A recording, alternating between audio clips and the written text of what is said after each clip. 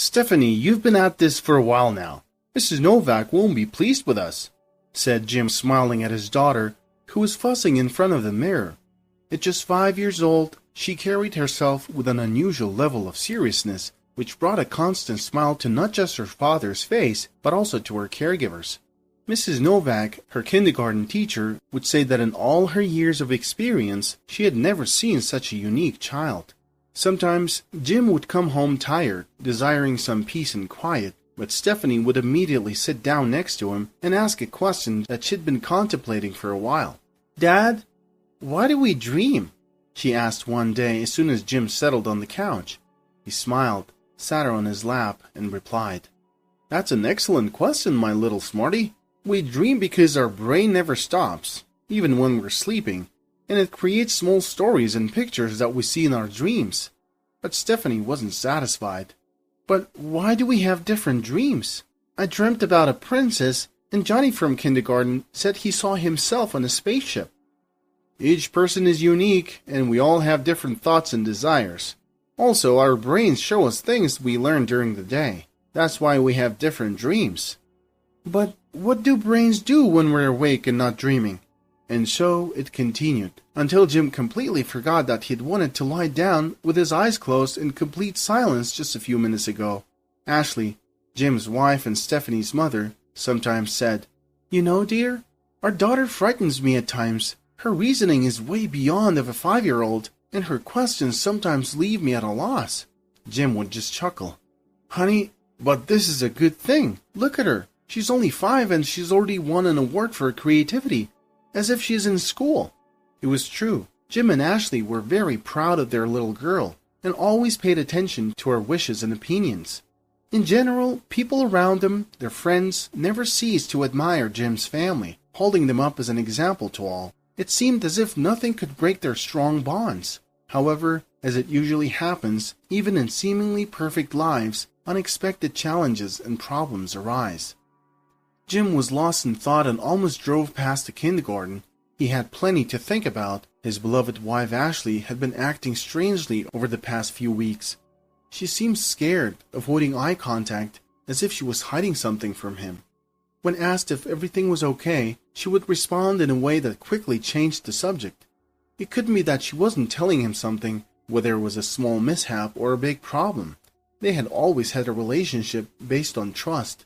Jim and Ashley met back in university. They were both rushing to their first lecture and accidentally got stuck in one of the old, not very reliable elevators. Ashley was pressing the emergency buttons with hope, but nothing was happening. The young couple had to call their friends to notify the authorities. All they could do now was wait for help to arrive. It was unclear how long it would take, but they didn't get disheartened and started to joke around. Jim picked up an improvised microphone and with a presenter's voice began. "Ladies and gentlemen, welcome to a very special episode of our TV show, where we're stuck in an elevator and have the most fascinating stories for you." Playing the role of a host, Jim asked Ashley, "How do you feel being here?" Ashley, who was on the verge of claustrophobia-induced panic attack, broke into laughter. It was clear that Jim's resourcefulness had somewhat relaxed her. Sensing she was still panicked, Jim himself answered the question in a feminine voice. "Oh, it's quite a romantic place for a date, but I'd prefer a rooftop restaurant." They laughed at the joke and continued to chat. Half an hour flew by like a couple of minutes. Finally, the elevator started moving. Jim and Ashley were free, and with a smile, they realized that this incident had led to a memorable encounter. From that day on, they became good friends and always reminisced about this amusing story.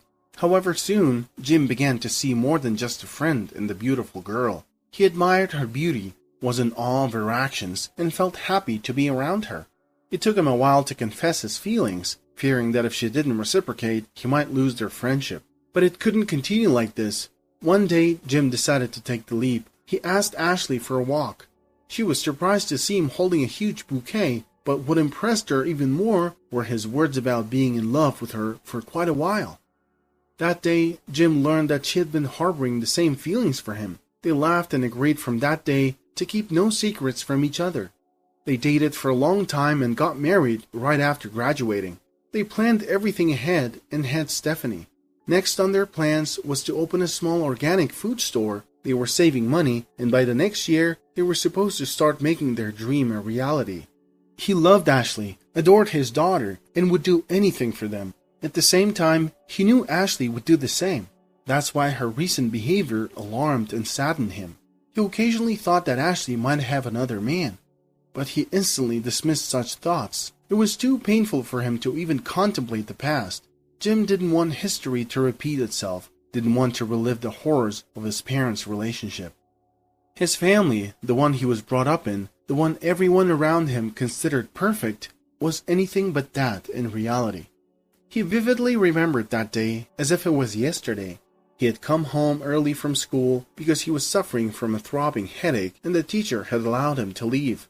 Upon entering his house, he immediately heard the loud voices of his parents. Nervously, he walked into the living room and arrived just in time to witness his father hit his mother. She was knocked back onto the couch from the force of the blow, letting out a soft groan of pain. His father, with an ominous look on his face, moved toward her. Jim, without thinking, threw himself in between them.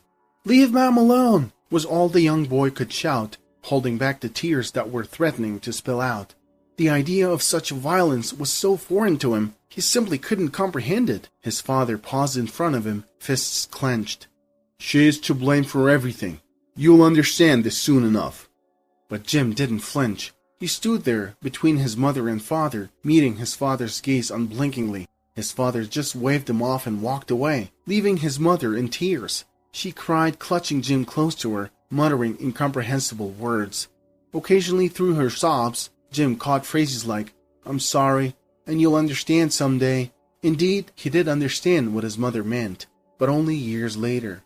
What followed was a painful divorce. His father, Walter Douglas, had a lot of connections. In court, he managed to gain custody of Jim. Furthermore, his father's lawyers painted his mother Natalie in such a negative light that the court barred her from coming near her son. In court, his mother wept, gripping his hands tightly, but Jim just stood silently, not moving and not meeting her gaze. Walter told him that their mother had betrayed them, that she had another man, and that she had chosen him over them. The realization was painful, deeply hurtful, and bitter. As Jim grew older, he started to understand that things were not as simple as he had thought.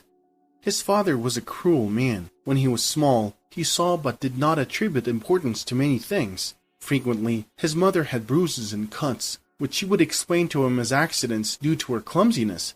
Jim couldn't recall a time when his mother openly voiced her opinions or challenged his father. In recent times, she hardly ever smiled, except when she was alone with him.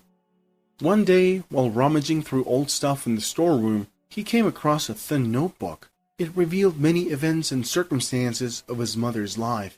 The moments she couldn't bear to keep inside were poured out in this written confession. From what he read, Jim deduced the following. Natalie, his mother, had endured her husband's harsh treatment with fortitude, always striving to be a good wife. From the beginning, she felt indebted to him.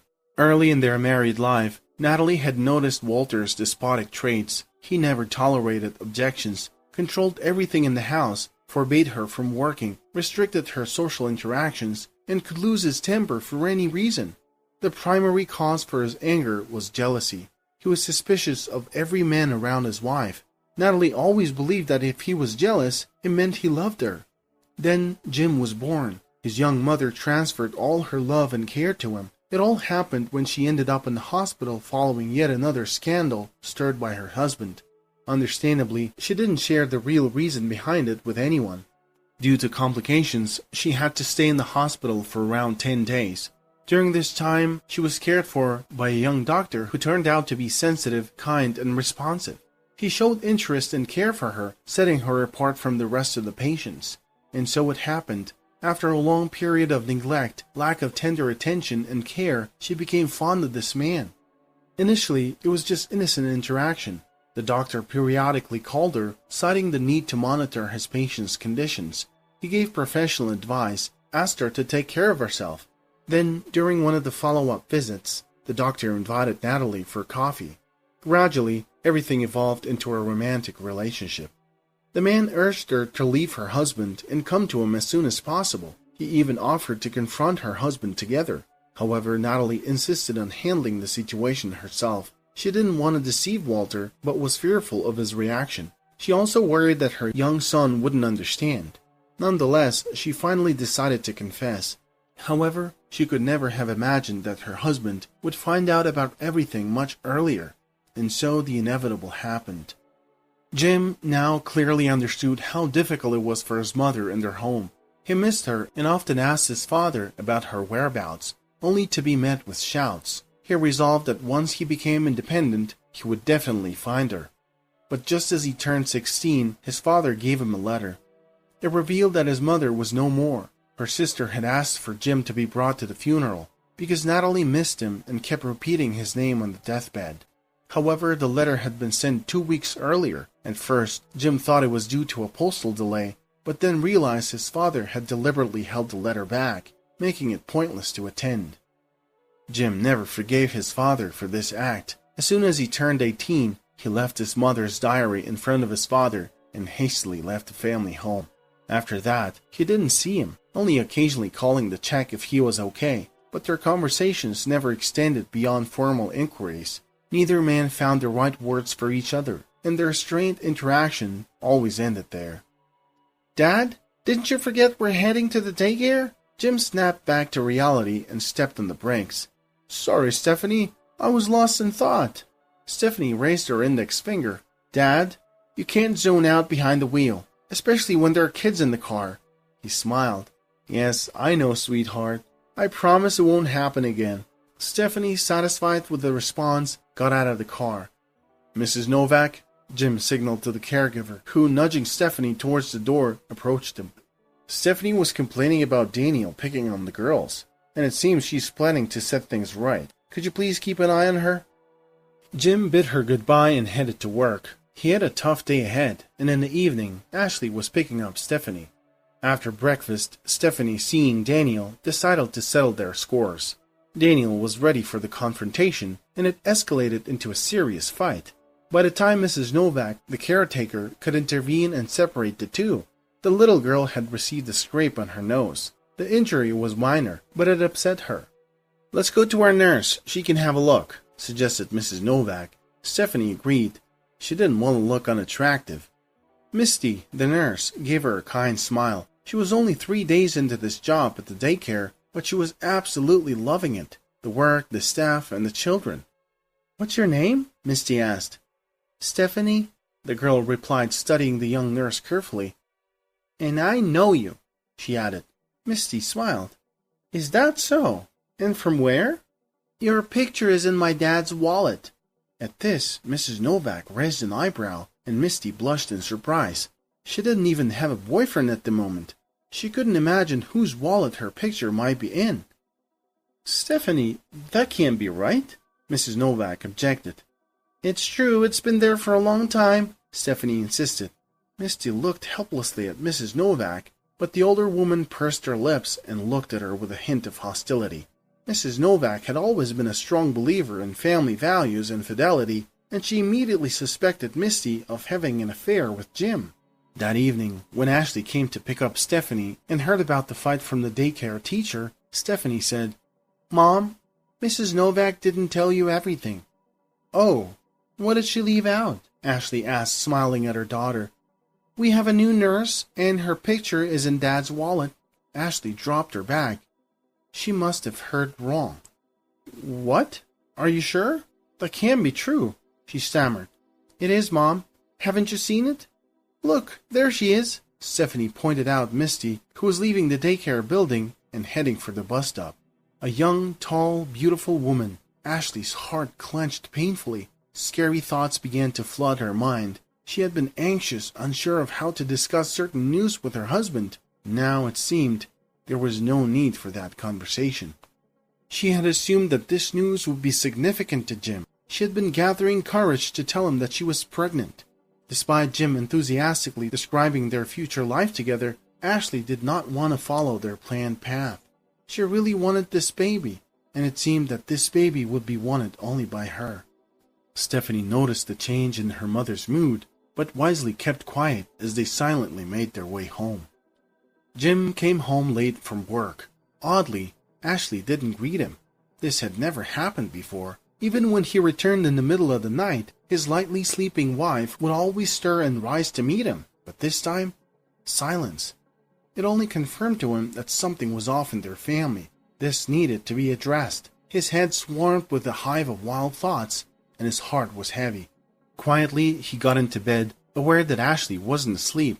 She was pretending to sleep quite convincingly, but he chose not to acknowledge it. He would wait until morning. If Ashley didn't want to talk now, he would respect her silence. But come morning, they would get to the bottom of this, whatever it was. They always figured things out, together. Morning came, and he woke up to the sound of commotion from the kitchen and his daughter's disgruntled voice. Blast! He had almost overslept. Stephanie was already pumping in front of the mirror, inspecting her scratch, while Ashley was in the kitchen. He walked in and sat down next to his daughter. "Sweetheart, what happened to your face? Don't tell me you ended up fighting with Daniel after all," he asked, letting out a sigh. "But now he will think twice before picking on anyone. Dad, how long will this scratch stay on my nose?" Stephanie looked up at him, clearly upset. Jim gave her a warm smile and gently kissed her on the nose. "Well, now it will heal much faster." He glanced at his wife. "Right, dear?" Ashley instantly turned to him and said sternly, "Jim, we need to talk." "I was about to suggest that. Let's talk," replied the man, still smiling, but doubt was already creeping into his heart. Ashley gave him a long look, then abruptly got up, ran out into the hallway, and returned with a clear file. "Here, I've been trying to figure out how to tell you this, where to start. I was scared of how you'd react. Anyway, I'm pregnant." Jim beamed for a moment, but quickly realized from his wife's expression that there was more. "I'm not planning on terminating the pregnancy. Yes, we didn't plan for this, but that's not important now. I know about you and your nurse." Taken aback by this unexpected twist, the husband blinked in confusion. "I don't understand. Repeat that? What nurse?" "What nurse?" Ashley rolled her eyes. "Oh, Jim, stop the charade. I've always trusted you. I thought you'd never betray me, but now I feel like a complete fool. How could you?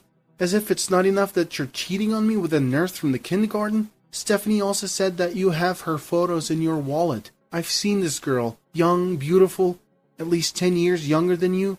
Of course, I guess I'm just not that attractive anymore." Jim closed his eyes and massaged his temples. His head ached from the overload of information. The joy of finding out he was going to have a baby was overshadowed by the context in which the news was delivered. What on earth does the nurse, who I've never even seen, have to do with anything? "Honey, are you out of your mind? Have I ever given you a reason to doubt me? And I don't have any photos in my wallet." He bolted from the room. He brought back his wallet. He opened it. It contained credit cards, documents, money, a family photo of theirs, and behind it, a very old picture. "Here, the only photos I have are ours and Mom's, that's all." Then Ashley and Jim exchanged a look, and then in unison said, "Stephanie, could you come here?" Their daughter came into the kitchen and gave her parents a strange look. She was scared. She'd never heard her mom and dad shout at each other like that. "Stephanie, what photo were you talking about?" The little girl pointed to the picture in her dad's hands. "This one. It's our nurse." Jim and Ashley got dressed in 3 minutes, and within 5 were speeding in their car towards their daughter's nursery school. Truthfully, Jim couldn't understand how this could possibly be. His mother was dead, and that girl was very young. Ashley went to drop their daughter off at her group, to then join Jim. He went straight to the medical section. Misty looked up in surprise as a grown man stormed in.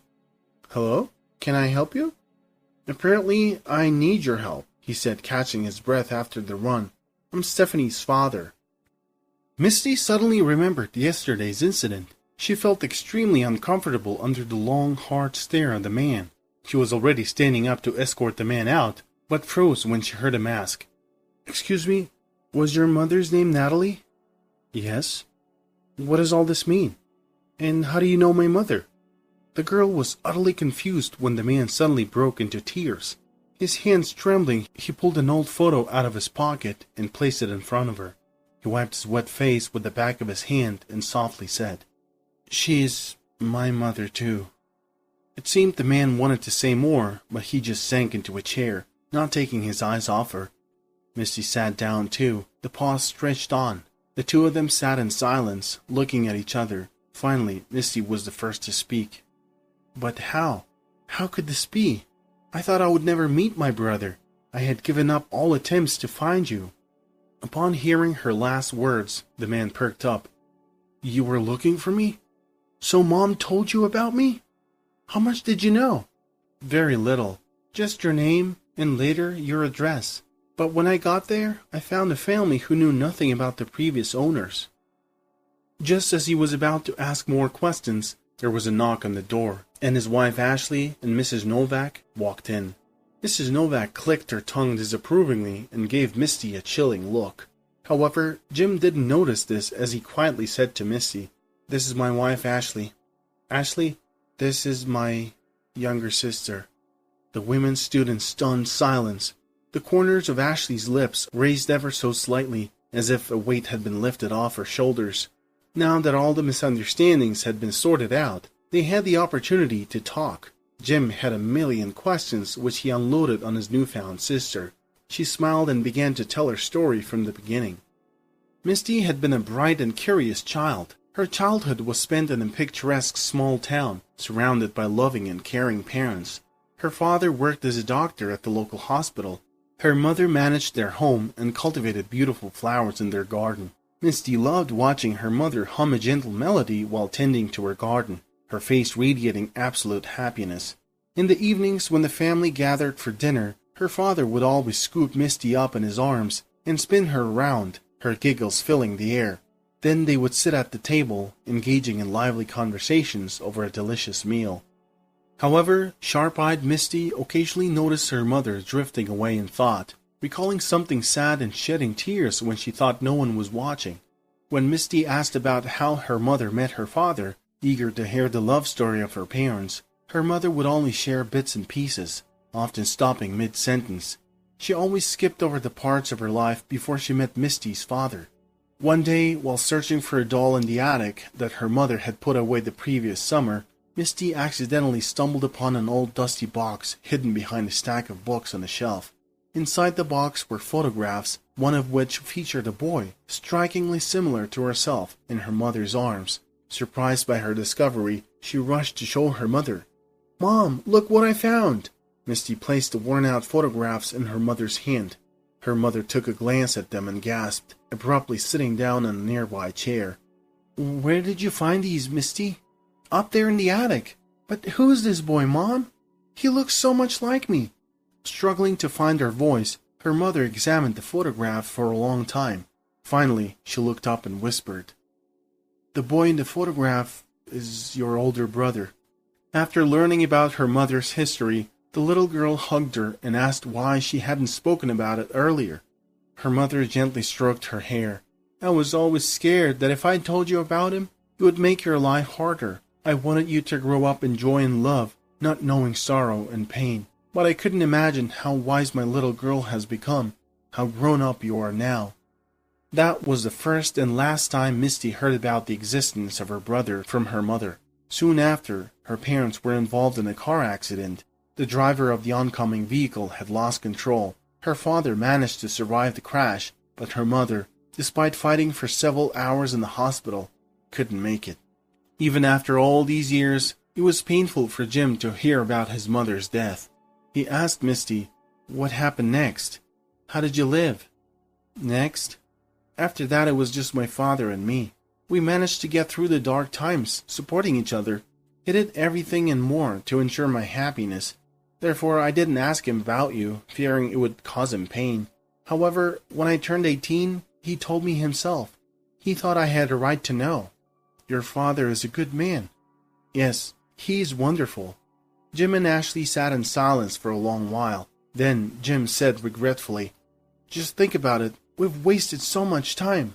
But Ashley, sitting next to her husband, placed her hand on his and gently squeezed. She looked at Misty with warmth.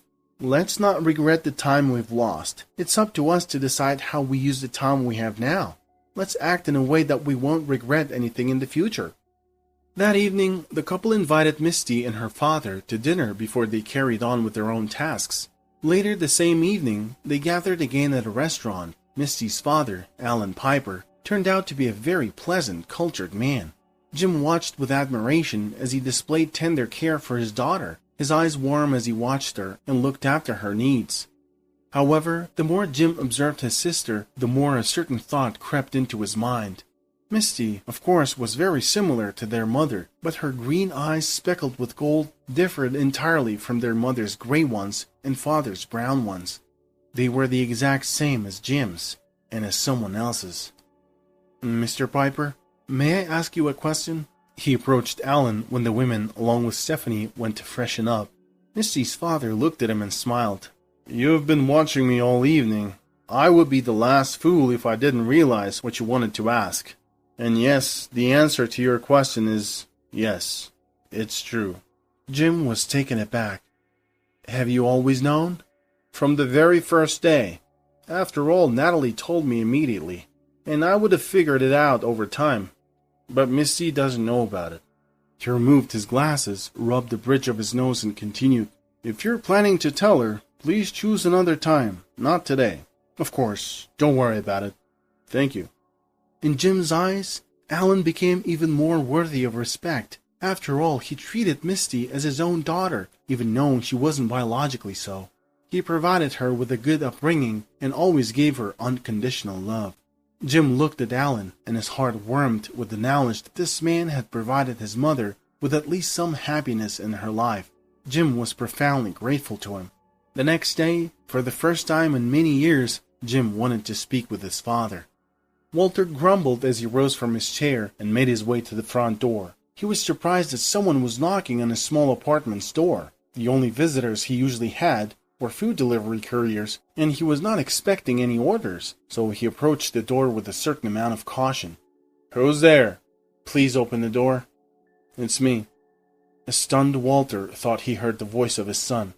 Perhaps his deep sense of guilt and desire to reconcile with his son, coupled with his inability to make the first move, were leading to such hallucinations, he thought. He took a deep breath and opened the door. In front of him stood a tall young man looking him in the eye. It really was Jim. Unable to say anything, the older man simply stepped aside, allowing his son into the apartment. Jim immediately started to ramble, not looking at his father. "Dad, I was scared that if I didn't come today, I would regret it later. I have something to tell you, and we need to sort out our relationship once and for all." "I'm sorry." "What?" Jim looked at his father and saw so much remorse and pain in his eyes that he was taken aback. He had assumed his father would argue with him in his usual stubborn, uncompromising manner or ignore him. But standing before him was an aged, hunched man with once bright green eyes that had lost their sparkle. At a single glance, it was evident that this man had been drowning in despair for years. "Please forgive me for everything, son. I owe you and your mother so much. I regret everything. How I wish I could make things right, but I fear that even if I were to live my life over, I would act just as I did before. It was only the long days of solitude that made me realize how wrong I was. I thought about calling you so many times, but I was afraid you wouldn't want to hear me. God, I'm such a coward." Jim stared at his father, who could now not stop the torrent of words he had been holding back all these years. This conversation was a long-awaited moment for Walter. Jim heard sincere words from his always stern, arrogant father for the first time. He hadn't imagined how much it would stun him. "Dad, I had no idea," he sighed. The father looked at his son with deep concern in his eyes. He knew that he had spoiled many things in their lives. "Son, you hate me, and I understand you." "I don't hate you, Dad, and we definitely will talk about this. But right now, I want to say something else. If it weren't for one circumstance, to be honest, I don't know if I would have come to see you or not." Jim faltered a little, then blurted out, "Dad, you have a daughter." Walter abruptly stopped and for the first time seemed to ponder. His heart skipped a beat and he asked to sit down. Jim told Walter everything. His first desire was to meet Alan. By the next day, he was already sitting across from him. Walter nervously fiddled with the button on his shirt sleeve. Sitting opposite Alan, he broke the lengthy silence and began to speak. "I've hated you all my life. I considered you the vile man who stole my wife." He then looked around and saw photographs of Misty. Slowly, tears began to form in his eyes. No matter how hard he tried, he couldn't hold them back. Alan sat quietly, offering a weak smile. "It's okay, Walter." Alan slowly rose and walked over to Walter. He took his hand and gave him a strong embrace. Walter sobbed even more and said, "Forgive me. Thank you for everything. Thank you for raising my daughter and for becoming her real father." "Natalie never spoke ill of you, and she never held a grudge. She only remembers that you once saved her," responded Alan, his words only serving to break Walter's heart further. "I'm sorry. I'm so sorry," was all that Walter could repeat. Meeting Alan was a true revelation for Walter. He saw in him a man who, despite all the hardships of life, remained committed and caring. Walter realized that this was the kind of father and husband Natalie and Misty deserved. Someone capable of giving them love and support. Someone he himself could never have been for them. Walter decided not to disturb his daughter and shatter the beautiful world in which her father was Alan. It was a difficult decision to make. He did not consider himself worthy to be called her father. 6 months had passed. "Misty, why is it taking so long?" Misty was holding Stephanie on her lap, flipping through the pages of a picture book. "Jim, calm down. This isn't your first time becoming a father." "Not the first time, but this time it's different." Misty smiled. She knew the reason, but Ashley had strictly forbidden her from telling Jim. The door swung open and a nurse stepped out. "Are you still here?" Jim looked at her with wary eyes. "Don't worry. Everything went well. Of course, the boys are a bit weak, but that's normal when it's twins. Everything will be fine by tomorrow." He blinked. Once, twice. Misty stifled a laugh into her fist. Jim gave her a stern look. "You knew? What a sister you are!" He then sank into his chair. "So what you're saying is, I have 2 sons?" The nurse nodded. "Exactly. Looks like your wife had a surprise for you." Jim offered a silly smile. Life is indeed full of surprises. He sprung up, wrapping everyone in a group hug. 2 sons! Wow! After returning home, the entire family hosted a grand dinner. When everyone sat down, Alan looked at his watch and stood up. He asked for everyone's attention and began to speak. "I'm glad we're all here. I'm very happy for you. Jim and Ashley, I apologize for the decision I made. I invited your father, Jim." He looked at Jim and everyone fell silent. Alan hesitated. It had been difficult to keep the little truth from his daughter. He was very concerned about how Misty would react.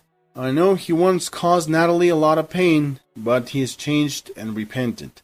We need to be forgiving and give him a second chance." Walter entered the room. Misty smiled and looked at him, but her smile vanished instantly. She stared at him intently, and slowly the realization dawned on her. Misty took a deep breath, her eyes still locked on Walter. She was silent for a moment, letting the revelation sink in. The room was heavy with tension. Everyone watched as Walter moved closer to the table. His eyes were watery, full of years of regret and longing. "Hello, Misty," he said quietly. Nobody said anything. The room was silent, and everyone was waiting for Misty's reaction. "I'm so sorry," Walter said, his voice barely audible. Misty felt a lump in her throat. Misty began, but words failed her. Walter seemed to understand. He offered her a sad, small smile, nodding as though he had expected this reaction. "Take your time, Misty," he said. "I've waited this long. I can wait a bit more." After that night, the family's dynamics slowly changed. It took time, but Misty eventually grew comfortable with Walter's presence. There were awkward moments, misunderstandings, but they worked through them, strengthening their bond day by day. Jim and Ashley's 2 healthy boys brought joy and chaos into their lives. Stephanie adored her new brothers, and the family thrived. Walter became a regular part of their lives, always a bit distant, but making an effort to be there. He had lost many years, but was determined to make the most of the time he had left. As for Alan, he watched with contentment. He had raised Misty as his own, and loved her unconditionally. Now he had the satisfaction of seeing his family complete and at peace, knowing he had made the right decisions.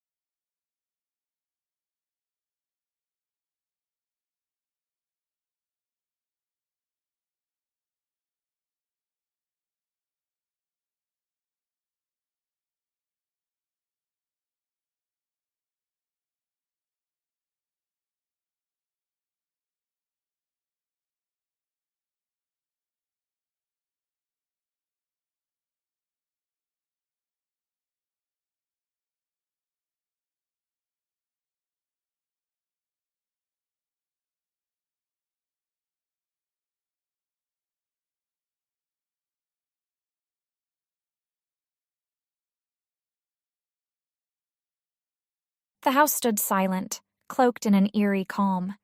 It had been 2 weeks since our last family gathering, the one where everything unraveled. The tension between me and my parents had simmered for years, but I never expected it to boil over like this. It all began when I, at 25, decided to confront them about the blatant favoritism they showed my younger sister, Flora. She was 19 then, and to everyone else, she was the little princess of the family. Flora had always been treated with a delicate touch, shielded from the harsh realities of life, while I was left to fend for myself. Flora had dropped out of high school last year, claiming that academics weren't her path. Instead, she poured all her energy into a band she had started with friends. At first, our parents supported her unconditionally, even when it became clear her singing was mediocre at best. Within 6 months, the band ousted her for a better vocalist. Flora returned home defeated, jobless, and yet still coddled by our parents. Meanwhile, I had to take out student loans to pay for college. Our parents made it clear that independence was expected of me the moment I turned 18. When Flora dropped out and refused to work, they didn't just tolerate it, they funded it. Seeing her live comfortably under their roof while I struggled to make ends meet was infuriating. But the breaking point came last week. I had invited my parents to my wedding, a small but significant ceremony I had been planning for months. The venue was only a 2-hour drive from their home. Yet, when I asked them to confirm their attendance, they hesitated. Their excuse? They were planning a party for Flora on the same day, a celebration to cheer her up after her setbacks. The conversation quickly turned into an argument. "We hope you understand, dear," my mother said, her tone dripping with false concern. "Flora needs this more than you do right now." I was stunned. "You're really skipping your own daughter's wedding for a party?" I asked, my voice shaking with disbelief.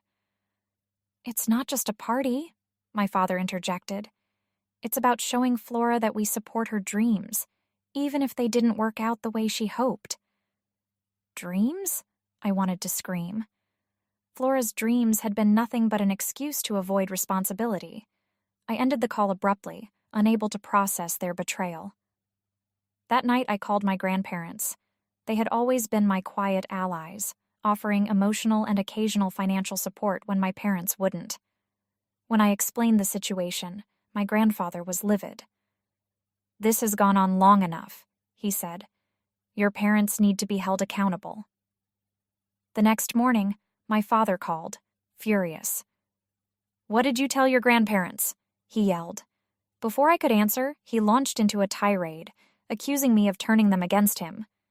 I learned that my grandparents had confronted my parents, cutting off the monthly financial support they had been sending, money that had been used to fund Flora's lifestyle. "You've ruined everything," my father spat. "Flora is devastated. Are you happy now?" Happy? Number. But for the first time, I felt seen. My grandparents assured me they would attend my wedding, and they even offered to help cover some of the costs. Their support was a balm to my wounded pride. The day of the wedding arrived, and true to their word, my grandparents were there, standing proudly by my side. My parents showed up late, looking uncomfortable and out of place. During the reception, they approached me, apologies spilling from their lips. Even Flora tried to make amends, her voice trembling as she admitted she had taken my support for granted. I wanted to believe them, to forgive and move on, but their apologies felt hollow, driven more by guilt than genuine remorse. "Thank you for coming," I said, my tone polite but distant. "I hope this is a turning point for all of us." Later that night, I blocked their numbers. I knew this wasn't over. Not really. Flora's posts on social media painted me as the villain, twisting the narrative to garner sympathy. But I was done playing the scapegoat. For the first time in years, I felt free. Free from the weight of their expectations, their manipulation, and their indifference. My grandparents' unwavering support had given me the courage to stand my ground. As I looked at my new life ahead, I promised myself one thing. I would never let anyone diminish my worth again. The days following the wedding were a blur of emotions. While I tried to focus on settling into married life, Flora's online antics continued to draw attention. She posted cryptic messages about family betrayal and the pain of abandonment. Her friends, most of whom had only heard her side of the story, chimed in with comments of support. It stung, but I refused to engage. "Ignore it," my husband advised. "People who matter will understand the truth." He was right.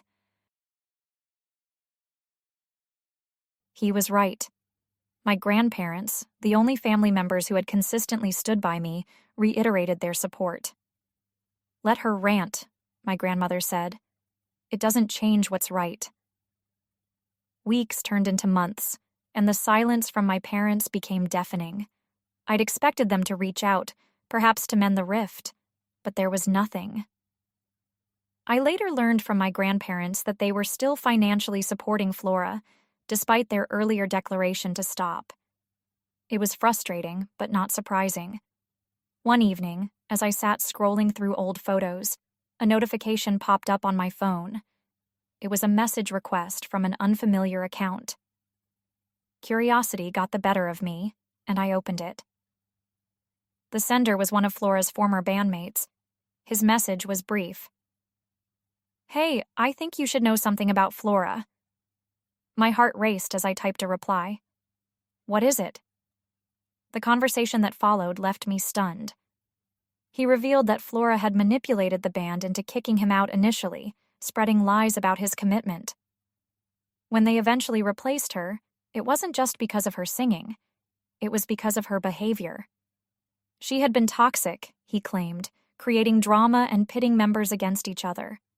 It felt validating, but also deeply sad. Flora had always been the center of our parents' world, yet her actions alienated everyone else. I thanked him for reaching out and promised to keep the information confidential. Still, it lingered in my mind, another piece of the puzzle that was my family's dysfunction. As the months went by, I focused on building a new life.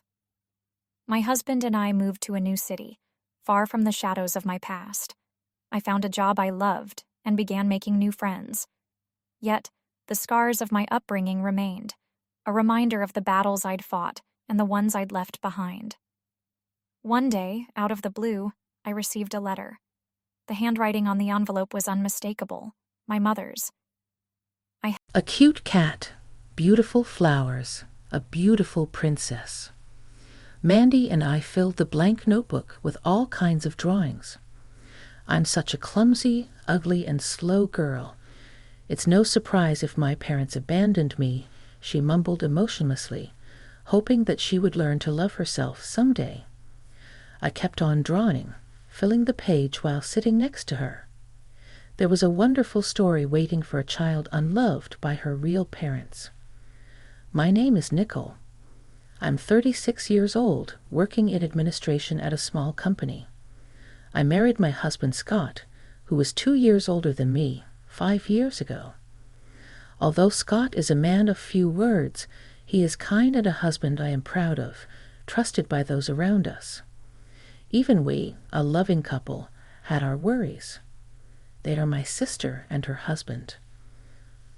Listen up, Jake got through another audition for a kids' model again. My sister started, as she usually does, bragging about her son. When we went back home for the summer holidays, my sister's family had already arrived. As expected, she started boasting about her son immediately. It's getting busy again. It's so tough. Well, it can't be helped. Jake is like a prince out of a storybook, handsome, smart, and excellent in sports. My father at home replied to my sister's remarks. Jake seemed very proud too. Jake, who had just turned 5, has a face and tall figure that anyone would say is good-looking. Considering that he's smart and good at sports, I can understand why they want to brag about him. It does get a bit tiresome hearing them boast about their son every time we meet, but I guess that's just how it is. My sister patted Jake's head and quickly glanced at the corner of the room. There was her other child sitting on the carpet drawing. Mandy, who is 7 years old. Even though Jake is so excellent, it's really troublesome that she is so slow. That's true. My sister's husband also laughed, agreeing with my sister's inappropriate comment. Feeling sorry for Mandy, who continued drawing without changing her expression amidst such treatment from her parents, I couldn't help but intervene. Why don't you guys teach her or maybe enroll her in a gymnastics class? No way. It's a waste of time and money on such a slow child. My usually silent husband, who had been quietly sipping his tea, perhaps feeling sorry for Mandy, moved closer to her to peek at her drawing. Mandy, is that a princess you're drawing? You're really good at this. You can tell. You've never raised a child. Any 7-year-old can draw that, my sister replied. Sis, I exclaimed, glaring at her. She snorted in response. What's the point of drawing pictures? They won't earn you money in the future. It's a world of difference compared to Jake, who's already making money as a model, saying that my sister started lovingly stroking Jake's head again. My heart ached when I thought about how Mandy must feel watching this emotionlessly. Every time we meet my sister and her husband, we are subjected to this sight. My sister and her husband dote on Jake, who is capable and cute, and boast about him everywhere. On the other hand, Mandy is subjected to their harsh words because they see her as incapable. The difference in the time, effort, and money they spend on them is as clear as day and night. From my perspective, Mandy is also cute, and whenever we visit, she kindly helps Grandma. She's a gentle and wonderful child. However, it seems like my sister and her husband are completely blind to Mandy's charms. My husband and I only step in when things go too far, but my sister and her husband jestingly say, "Well, we could give our daughter to you. You're struggling to have your own kids, aren't you?" In such a targeted way, my sister knows how to throw words that hurt me the most. Yes, my husband and I don't have any children. We've wanted children and have been undergoing infertility treatments since we got married. However, no matter how advanced the treatments we tried, I never became pregnant. Eventually, we reached our physical, emotional, and financial limits and stopped treatment before our relationship became strained. That's probably why I'm so concerned about Mandy, who is neglected by my sister and my brother-in-law. If my sister doesn't want her, I thought many times about actually taking her in. My husband too finds Mandy's situation pitiful and has offered to adopt her if that's what I want. However, it's also important whether Mandy herself wants to be raised by us. My mother has also worried about Mandy and thought about adopting her a few times. But since her only income is her pension, it would be hard for her to support Mandy through high school, and she was conflicted about whether it was right to take a child away from her parents. One day while I was wrestling with these thoughts, my sister and her husband crossed a line. One chilly autumn evening when I came home from work, Mandy was standing at the door of our apartment. "Mandy, what's going on? Where's your mom? I'm sorry." Mandy was hugging her backpack tightly and looking down. I couldn't quite comprehend the situation, but I was worried she would catch a cold, so I invited her in while holding her trembling shoulders. Once I had given her some warm hot chocolate, Mandy began to open up little by little. Apparently, her brother Jake had a modeling job in New York over the weekend, and my sister and her husband had gone with him. But they said it would be a waste of money for travel expenses and homework to take Mandy, so they left her at my place without telling me. That's awful. Unable to contain my anger, I cursed at my sister's utter lack of maternal instincts. It's because I'm ugly and useless. Mandy looked down as she said this. That's not true, Mandy. You're a sweet and lovely girl. Even as I tried to comfort her, Mandy just shook her head. Seeing my small niece so dejected and denying her own worth made me want to cry.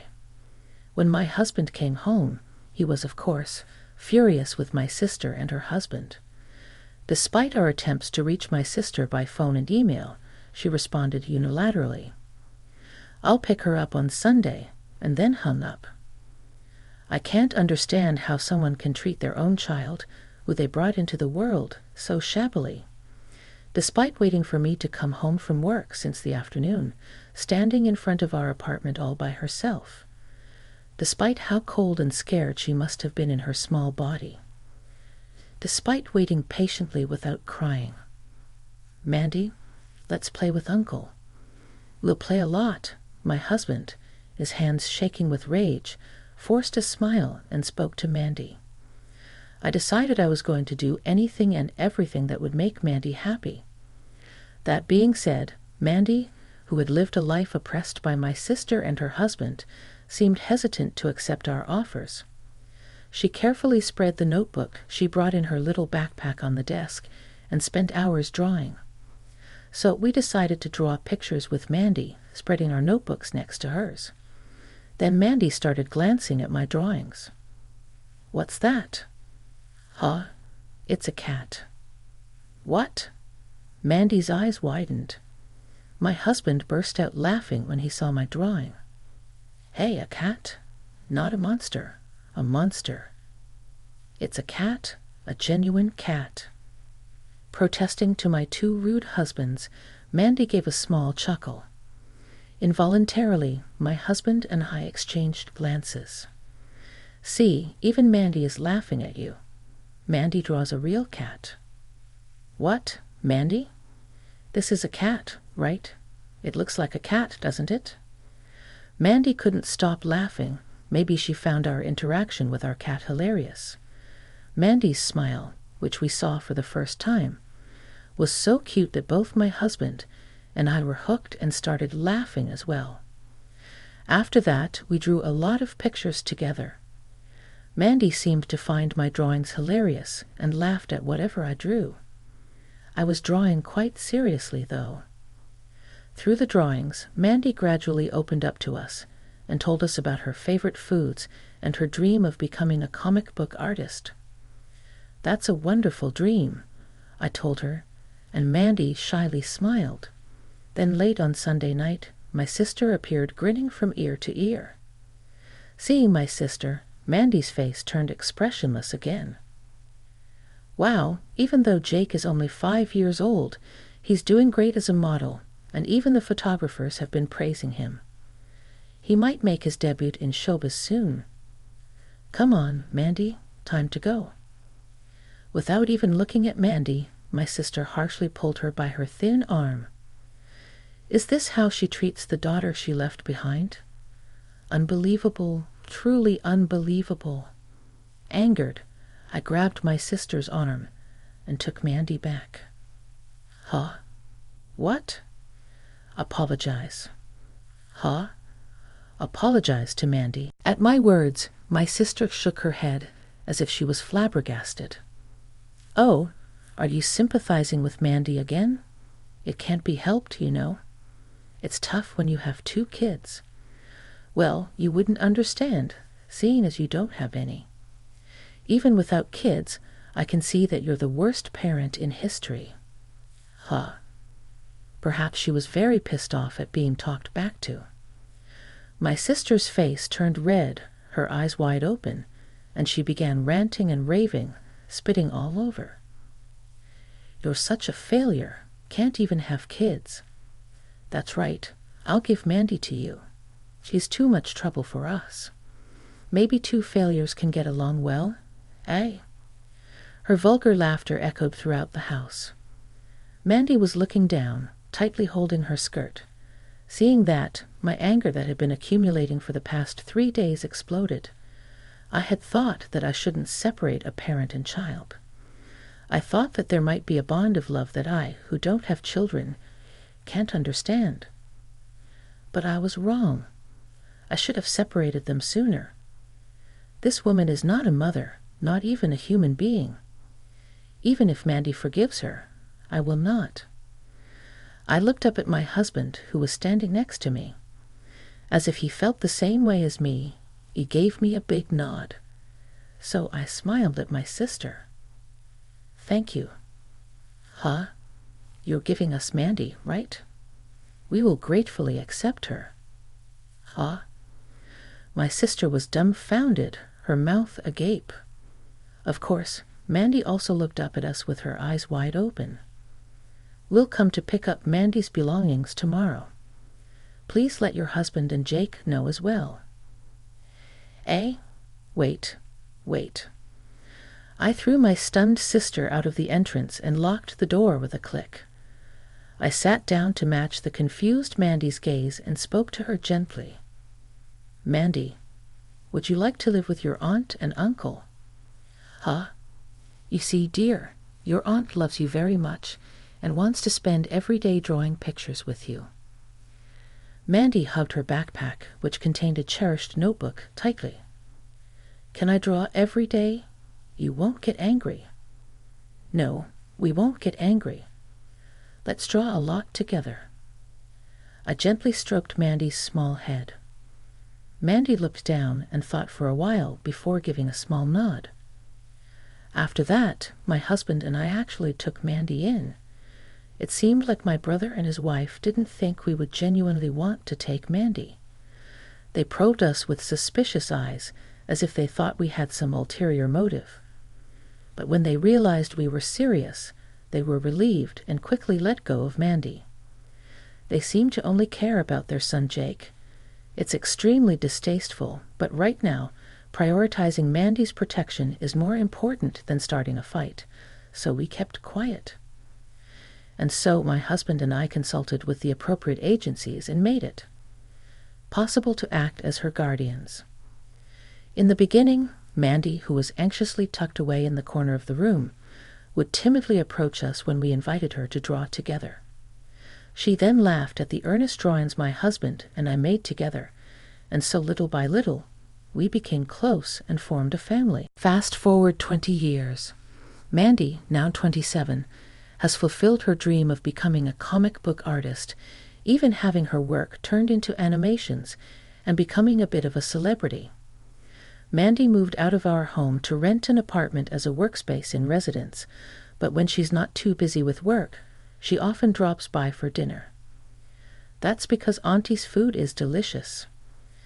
Every time I see Mandy happily munching on my food and saying those words, my face beams with joy. Knowing Mandy's expressionless and emotionless days from 20 years ago, seeing her happy now is especially gratifying. However, my sister, having heard somewhere about Mandy's success, decided to show up at our house on a day when Mandy happened to be visiting. "Mandy, I heard you've become a comic artist and are making good money." "That's my girl, Mom." Looking at her mother, whose eyes were sparkling and who was acting overly flirty, Mandy's face turned stoic. "I knew you had the talent. After all, you were so good at drawing when you were little." "What nerve do you have to say that?" My words, spat out in disgust, were ignored by my sister. "So, Mandy, I have a request. Our town is celebrating its 50th anniversary this year, right? I'm part of the town hall staff involved in planning the anniversary event. I'd love for you to give a lecture. As a comic book artist, you're a role model for the kids, so they'd be thrilled. How about it? Consider it as a way to honor your parents. Will you do it?" This woman has some nerve. After ignoring Mandy all these years next to me, holding back my anger with a red face, Mandy murmured, "What about Jake?" "Huh? Why not ask your beloved Jake, Mom? I think that would be a better idea." At Mandy's question, her older sister clearly grimaced. In truth, both Mandy and I knew the darling Jake, the pride and joy of my sister, had disappeared right after graduating from college. Even as my sister and her husband searched for him frantically, they couldn't find any clue of his whereabouts. In other words, they were abandoned by their precious Jake. I couldn't care less about that ungrateful boy. I have you, my dear daughter. Nothing but a voice of disbelief could escape past the point of anger. To such a mother, Mandy gave an unexpected reply. "I'll do it, Mandy." "Way to go, Mandy. The best thing to have is indeed a daughter. My sister seemed to be in such high spirits that I wondered if she might start dancing. Is Mandy really planning to take it on? As if to reassure me, who was watching her anxiously, Mandy gave a small nod.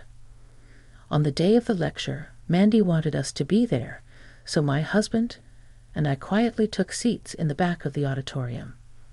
Of course, my sister and her husband were at the very front of the hall, proudly boasting about their daughter to those around them. In front of the full house, Mandy confidently began her speech.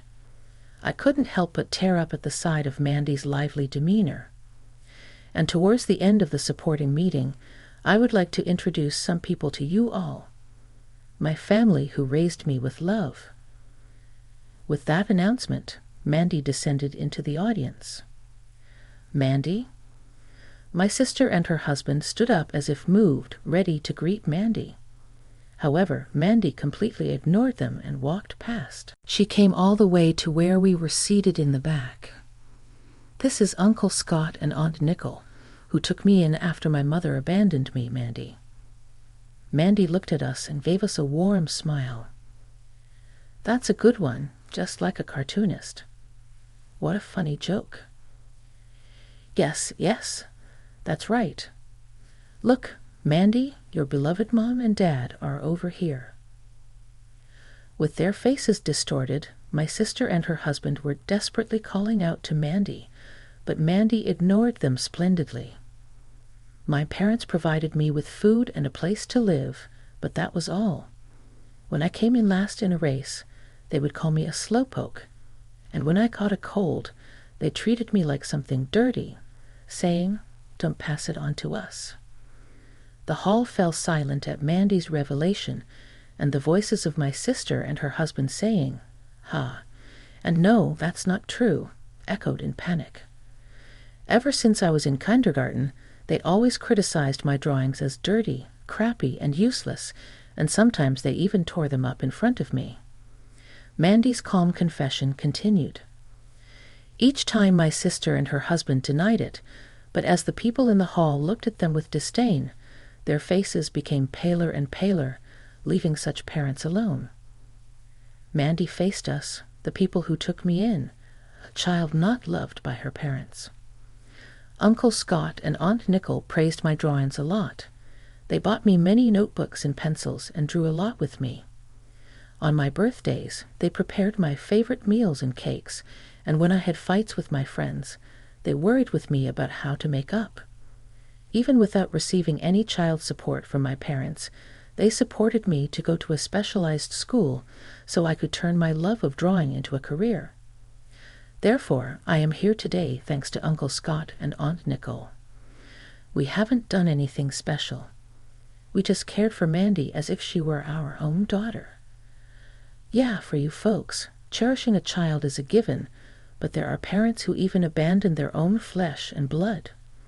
I respect and love my aunt and uncle who cared for me so deeply from the bottom of my heart. At Mandy's words, my vision blurred with tears. My heart swells with warmth. There were times when I worried about whether we could make Mandy happy after adopting her, whether it was right to separate her from her real parents. But Mandy standing in front of us is proof. We were able to become a real family. Thank you for raising me. Thank you for supporting my dreams. Because you too loved me so much, I've learned to love myself. I'm so happy to be part of your family, Mandy. Unable to hold back, I pull Mandy into a hug, and her slender hand gently strokes my back. My husband looks up, trying to hold back his tears. The entire venue is enveloped in tears and applause, echoing our sentiment. In the midst of this, my sister and her husband sneak out of the venue. Naturally, their reputation takes a huge hit afterwards.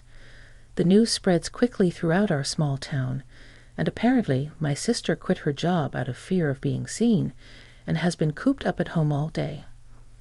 My sister's husband, who used to be an active member of the PTA and bragged about his parenting skills on his blog, was humiliated. His son, who he had bragged about so much, was nowhere to be found. His daughter, who had established herself as a comic artist, exposed his misdeeds, which were then spread by her fans' blog. The blog was heavily criticized, and he was scorned both at work and in the community. Because my sister quit her job first, her husband couldn't quit his job either. Under the stress, my sister doesn't do anything, just stays at home all day, and they seem to be having loud arguments late into the night to the point where neighbors have had to call the police multiple times. Well, when their daughter disappeared, the neighbors had already noticed that something was wrong with that family. Meanwhile, their son Jake, who has gone missing, is actually traveling the world as a backpacker. Jake, who was the recipient of all his parents' love and expectations, was subjected to their interference in every aspect of his life, including his career choices and friendships, and had a stifling childhood. Naturally, whenever he had a girlfriend, they would immediately interfere, so he was fed up. Then he met an older female backpacker, and he left the country with just a backpack to follow her. The reason I know this is because Jake would occasionally visit her house since high school to interact with his sister Mandy. He had been worried about Mandy, who had been kicked out because of him, and he said that both Mandy and Jake were victims of their parents. Although his parents think he's missing, in reality, whenever Jake returns home, he visits our house and leaves gifts and stories from his travels. Every time I see the two of them happily chatting, I vow to never tell their parents. At the beginning of the month, I bought a magazine featuring Mandy's comic. Sometimes in Mandy's comics, the protagonist's clothing has patterns that are illustrations of our cat, which Mandy and my husband call a monster. I tell her to stop because it's embarrassing, but Mandy just laughs and says it's a drawing by the artist I respect most in the world. Well, I can't help but laugh and say if the cutest daughter in the world says so, I guess it can't be helped. Matt steered his truck through the vast expanse of Alaska's darkness. The land seemed to stretch endlessly in every direction. He was on his way to McCarthy, a unique blend of a laid-back, hippie vibe and old-fashioned frontier spirit. Nestled at the end of a rugged 60-mile dirt road, within the immense boundaries of Wrangell St. Elias National Park, the town was a hidden gem. Despite its modest size, with just 200 residents and nearly as many dogs, McCarthy was a sight to behold. It rested snugly at the foot of a towering glacier where two rivers met and was surrounded by some of the most majestic mountains Matt had ever laid eyes on. For him, McCarthy was a slice of heaven on earth. However, he dreaded the thought of returning. Only the previous night, Matt had been lounging on a couch in Anchorage, anticipation bubbling within him. He was there to celebrate his second wedding anniversary with his wife Stephanie. That summer, they had taken separate paths. Matt, finding joy in the raw beauty of McCarthy, guided visitors on exhilarating adventures, while Stephanie stayed in Anchorage. She was chasing her career dreams, living with some close friends. Matt had always been drawn to the wilderness, having spent a decade as a wilderness guide.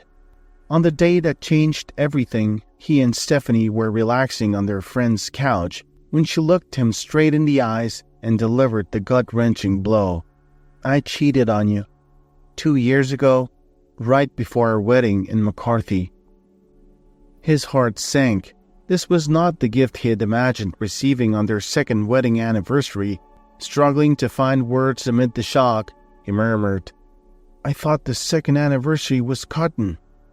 Hearing this confession made Stephanie chuckle, but for Matt, it felt like a hurricane tearing through his very soul, breaking his heart into countless fragments. Each new revelation felt like a fresh blow. As he learned about the repeated betrayals and the depth of the affair that had spanned that summer, he hugged her tightly and walked away, heart heavy. Lost and disoriented, Matt's first instinct was to call his parents in Colorado. The idea of going home to a place of familiarity and warmth beckoned him. Throughout his countless adventures, from wild river explorations to 3-week-long mountaineering expeditions, and even recovering from frostbite on some distant glacier with a name he could barely pronounce, He had never heard such worry in his parents' voices, yet circumstances pushed him back towards McCarthy. His dogs were there, waiting for him. Along the journey, he was overwhelmed by tears. It dawned on him how he had always showered Stephanie with unconditional love and respect. The depth of his trust in her made him believe she would never betray him. In retrospect, some things started to click. Stephanie's frequent trips with friends and the constant presence of Sam, her close friend from high school, started to make a haunting sense. He had never suspected Sam, giving them the benefit of the doubt. But the painful truth was now evident. Stephanie wasn't the woman he had believed her to be. Worse, she seemed to harbor no remorse. When they first crossed paths, Matt's attentiveness and zest for life drew Stephanie in. His enthusiasm for outdoor adventures and his innate ability to make her laugh had been the foundation of their relationship. He treated her with such reverence, always valuing her input before making decisions. However, to Stephanie, these gestures translated as a lack of assertiveness, something she mistook for weakness. Stephanie's upbringing had been tough. Most of the men in her life hadn't shown her courtesy or respect. That rough treatment had become her standard, her expected norm.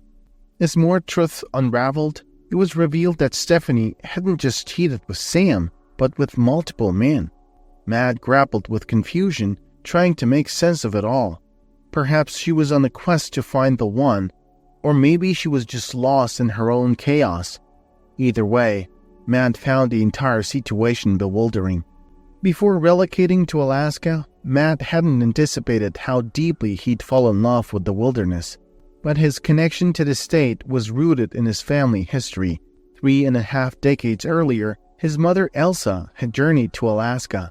Driven by a passion for wildlife, she aimed to study the behavior of the majestic bald eagles.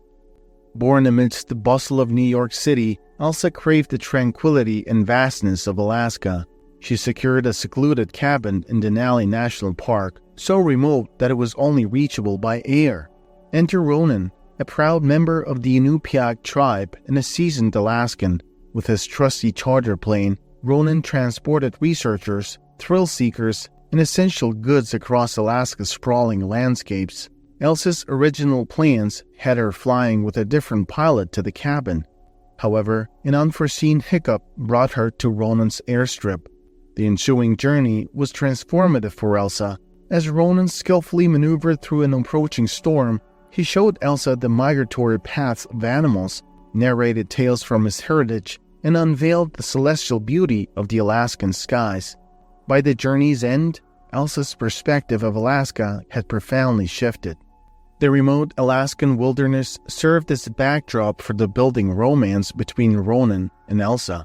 Regularly, Ronan would fly to Elsa's cabin, bringing essential supplies or ensuring she was safe during severe weather spells.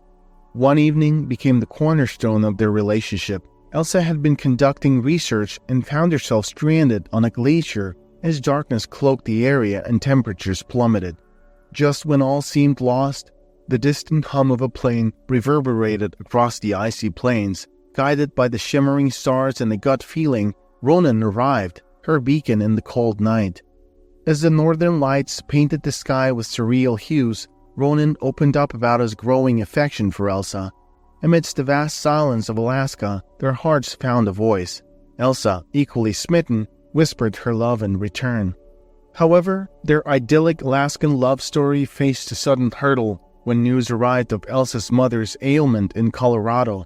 The bustling life in Colorado seemed a world away from Alaska's serene expanses. Elsa was torn, struggling between the call of family duty and the love she had found. But the thought of her ailing mother, alone and in pain, cemented her decision. Ronan empathized. For him, Alaska was more than just a home. It was a legacy, an intrinsic part of his soul. The idea of leaving meant abandoning the memories and spirits of his ancestors that seemed to whisper through the Alaskan winds. Yet looking into Elsa's anxious eyes, he remembered the commitment they'd made under Denali's towering silhouette to face life's challenges side by side. So, with mixed emotions and heavy hearts, they packed their lives and set forth for Colorado. There, Elsa's mother's health improved gradually but demanded constant attention. With Elsa expecting Matt and adapting to this unfamiliar territory, she was often overwhelmed. Recognizing the need to ground his new family, Ronan began working as a flight instructor, channeling his extensive knowledge as an Alaskan bush pilot. Years whisked by, and a grown-up Matt felt a pull towards the land of his parents' love story.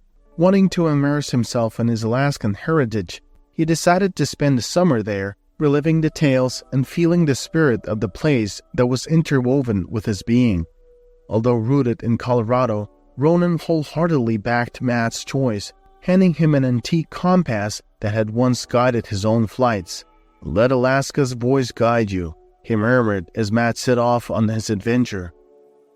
Upon arriving in Anchorage, Matt's initial impressions sharply contrasted the idyllic tales his father had shared over the years. Anchorage seemed stuck in a time warp, reminiscent of the mid-1970s. The streets were dotted with hitchhikers, women of the night, and pushy drug dealers, eager to make a sale even when not solicited. It wasn't just the occasional shady corner. The eeriness was pervasive.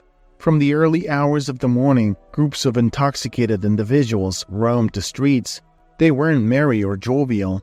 They were the kind who were ushered away from properties by law enforcement, only to stagger to the next spot and repeat the cycle.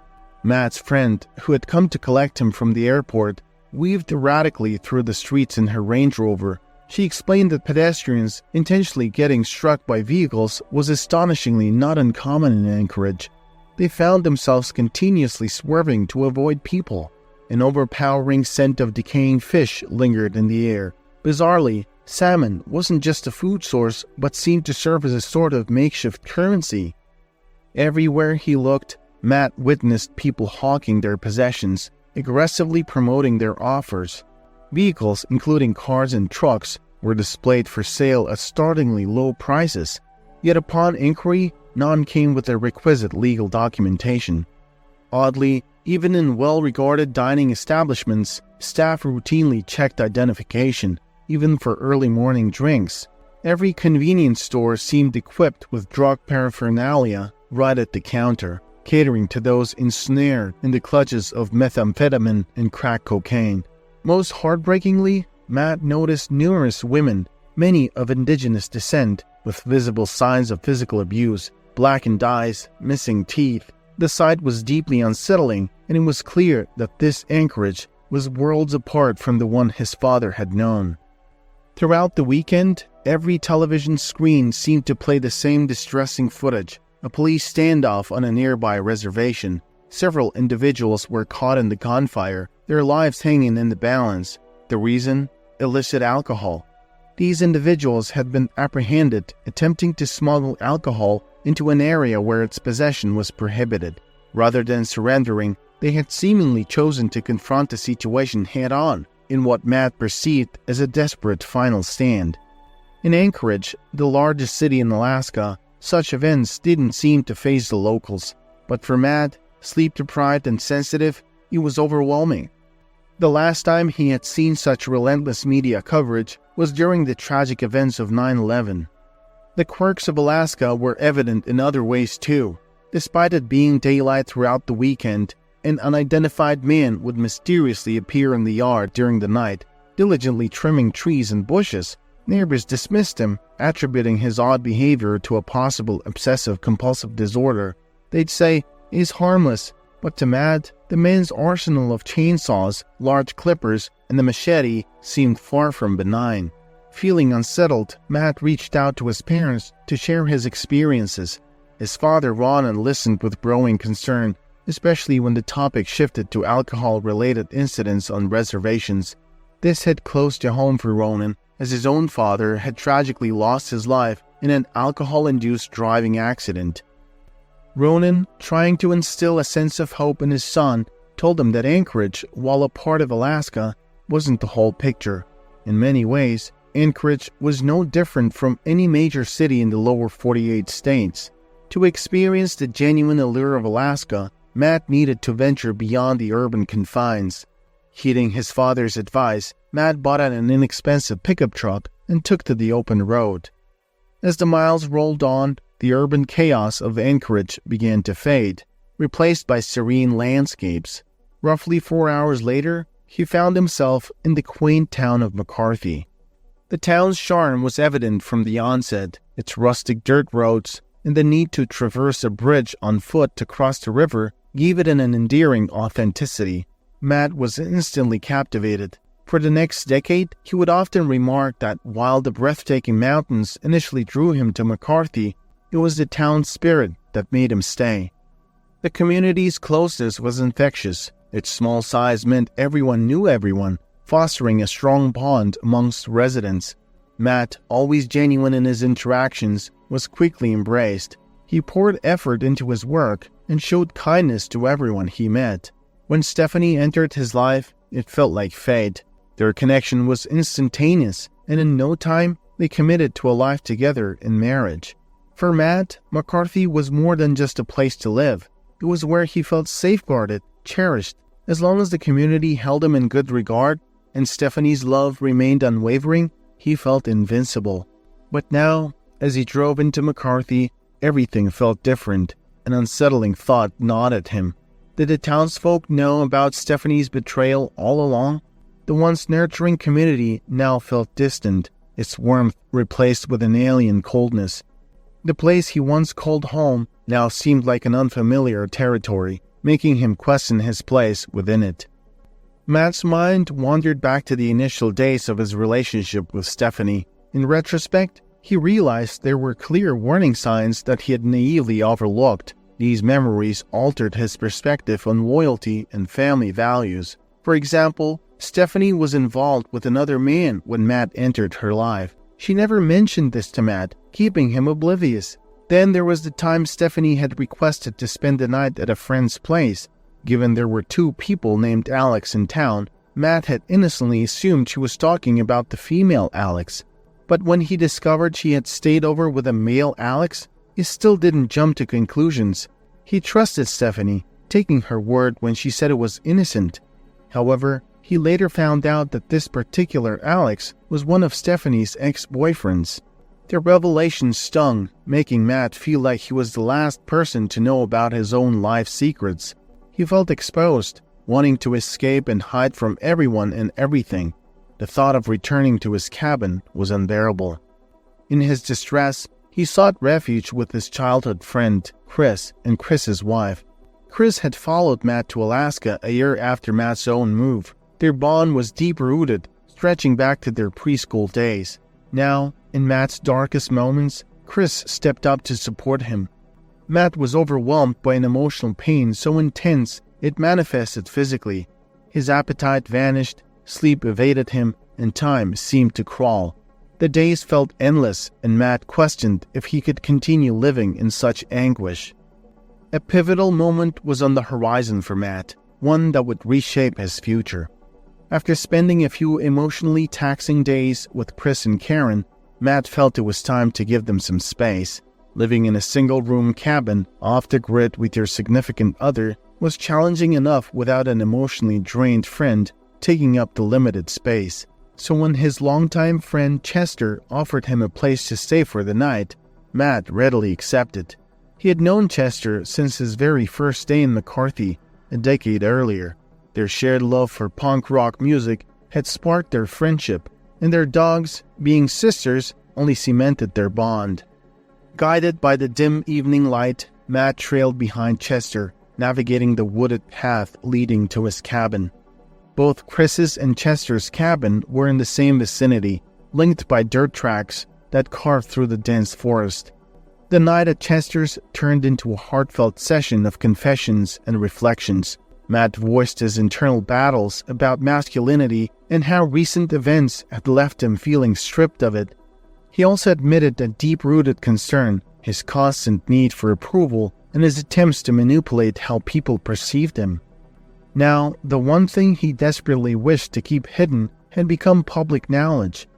Though he might have appeared calm on the surface, beneath it raged a storm of anger. However, Matt was afraid to confront this anger, fearing its intensity and uncertain of how to channel it. Matt awoke with the heavy weight of his husky, a hefty 80-pound furball firmly planted on his chest. Her persistent nudges seemed to say, "Perhaps some dog cuddles might make you feel better." That morning, as the sun began to paint the sky with hues of orange, Chester brewed some coffee, a part of his daily ritual. Chester also lit up a cigarette, a habit Matt didn't usually indulge in. But today, feeling adrift and looking for something to anchor him, Matt smoked. Not just one, but a whole pack. As he prepared to leave, he realized his phone battery had drained, and he'd left behind his sleeping bag at Chester's. Retrieving it, he slung it over his shoulder, but before he could step out, Chester halted him. With a firm hand on Matt's chest, he said, "You have an unlimited well of power inside of you." It was a sentiment so uniquely Chester. With his sleeping bag in tow, Matt ventured into the woods, his thoughts heavy and his footsteps unsure. His loyal dogs, usually his companions, had abandoned him, lured away by the promise of breakfast at Chris's. Every step deepened his feelings of disconnection. His marriage felt like an illusion, and his very existence seemed tethered to that falsehood. Engulfed in this emotional turmoil, a realization dawned on him. He was genuinely lost. In a cruel twist of irony, Matt, an experienced wilderness guide, was disoriented in the very backyard of his friend. As he tried to find his way, the crunch of a twig beneath his foot seemed unnaturally loud.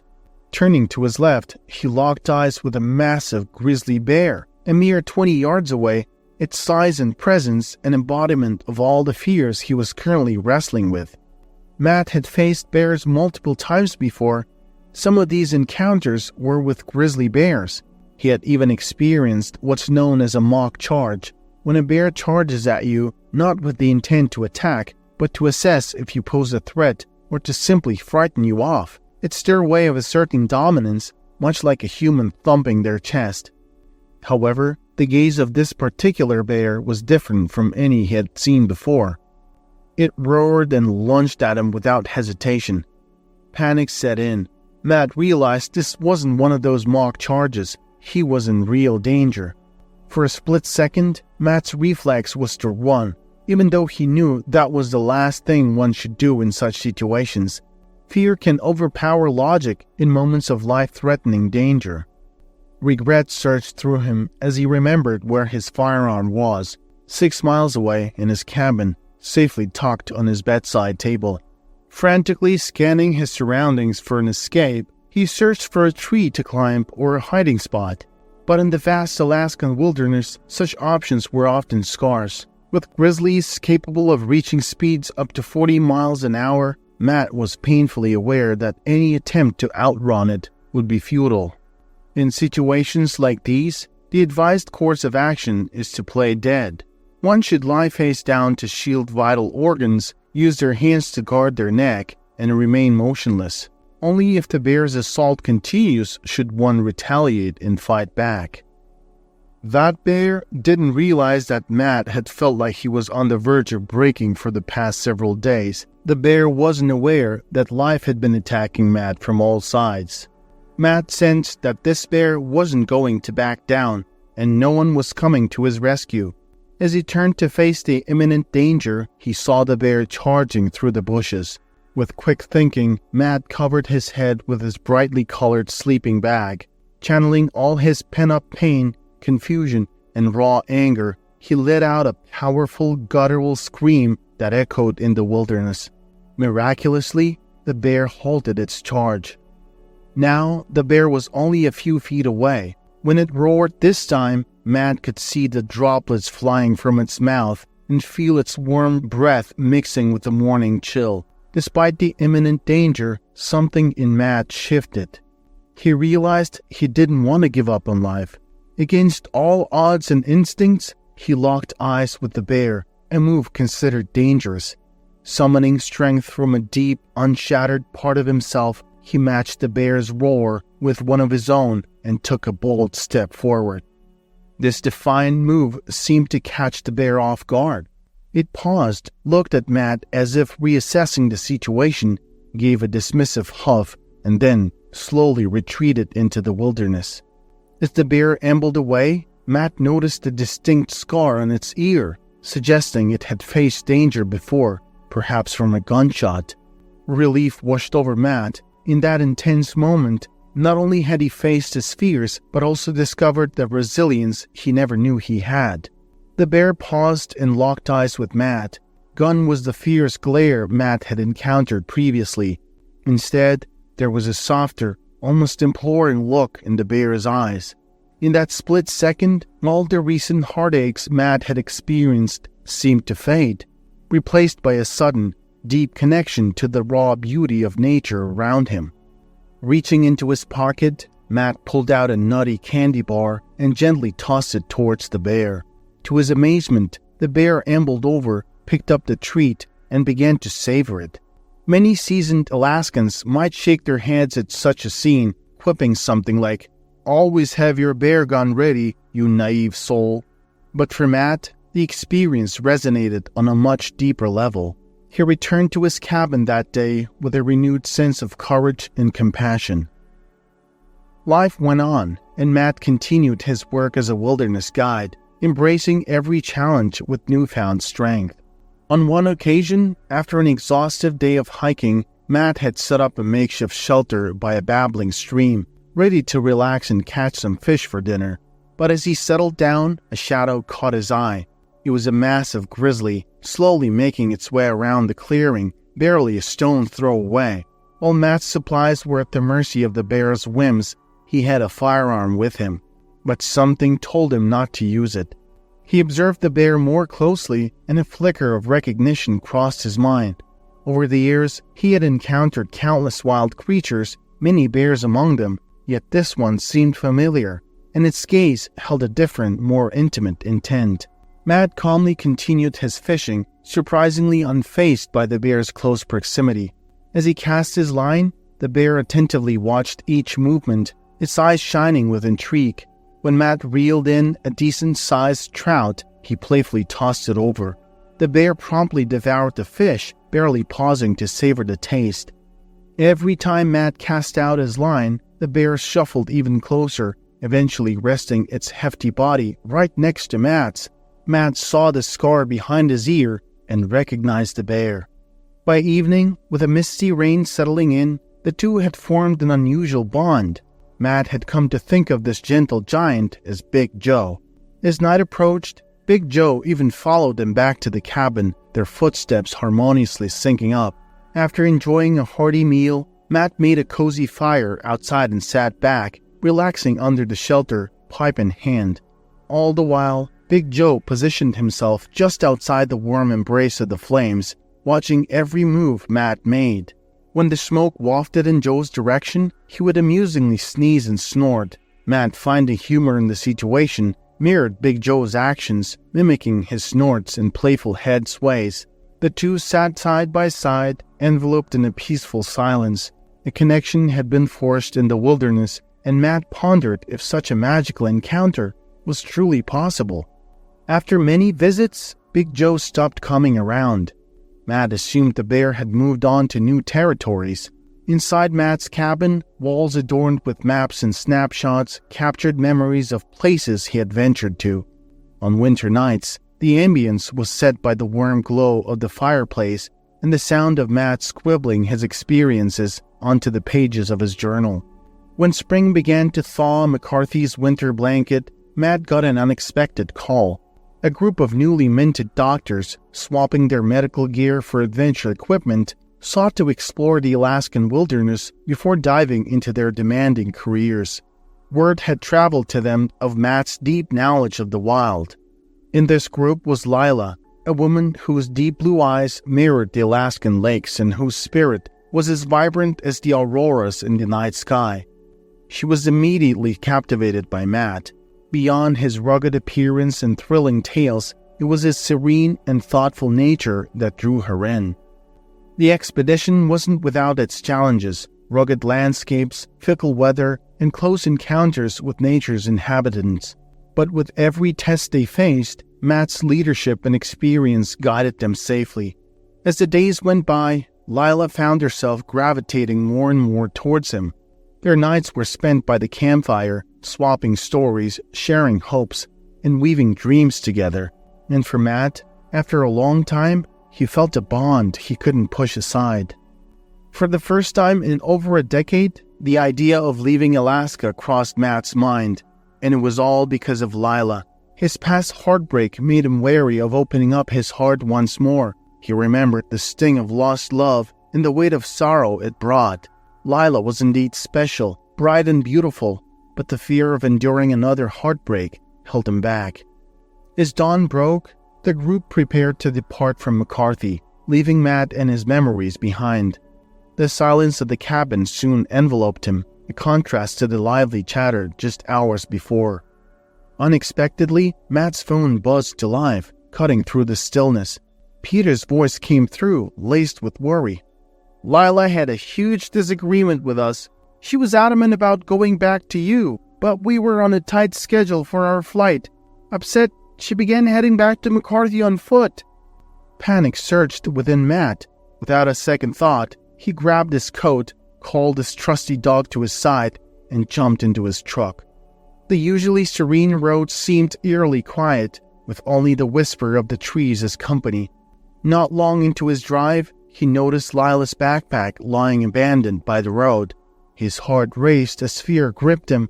Unsure of where she might be, he felt a mix of dread and desperation. Matt tried to call out, but his phone showed no signal in this remote area. Trusting his gut, he ventured into the thick forest. With every step, he became more attentive, hoping for a sign of Lila. When he discovered footprints, a spark of hope ignited within him, but that hope was short-lived as the trail ended suddenly, leaving him stranded amidst towering trees and overwhelming uncertainty. Driven by a gut feeling, Matt continued onward, his eyes catching the sight of a distinctive rock formation ahead. As he approached, he noticed fresh footprints leading towards its base.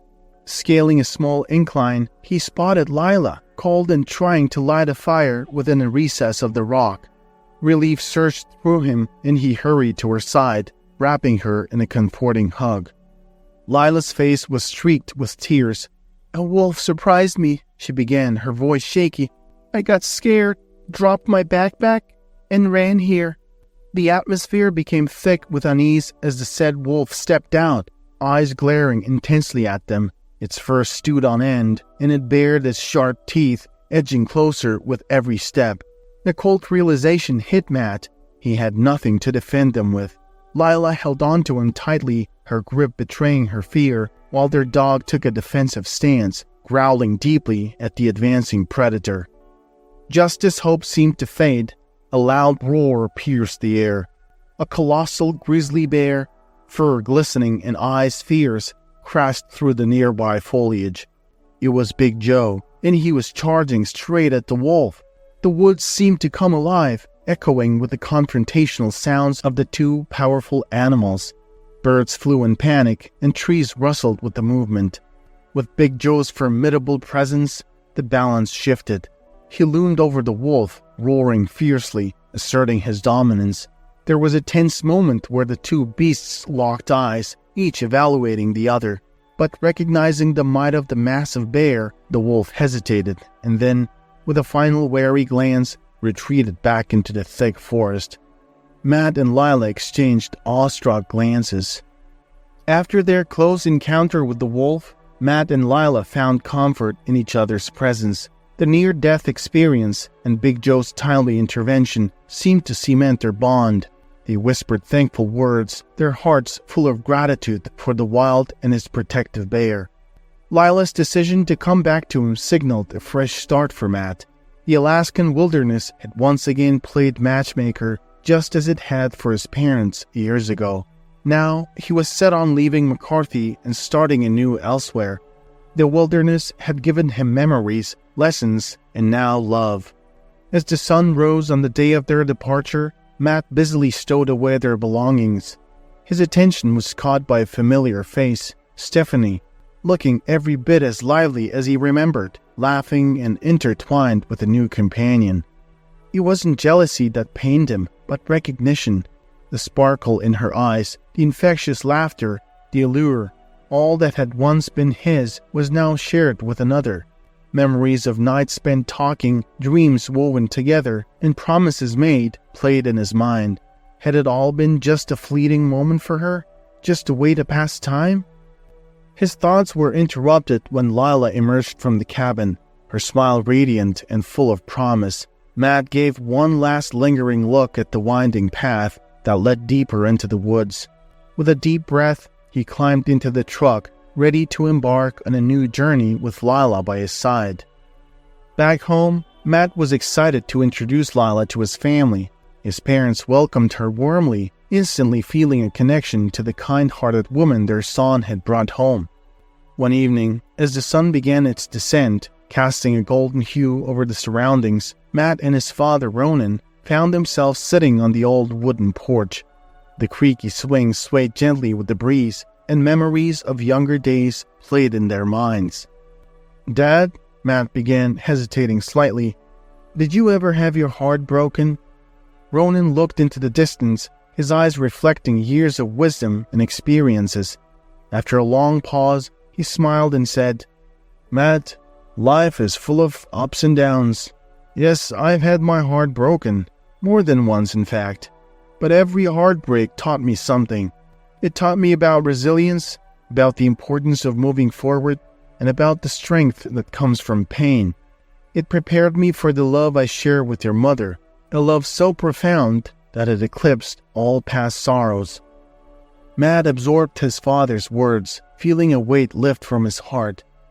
Ronan continued, "Every person we meet, every experience we have, shapes us in some way.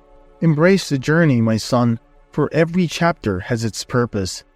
The two sat in silence, lost in their thoughts, the words resonating deep within Matt. As night settled, they went inside, leaving behind the comforting embrace of the porch and the profound reflections it had borne witness to. With Lila by his side and the wisdom of his father in his heart, Matt was ready to embrace the next chapter of his life, wherever it might lead.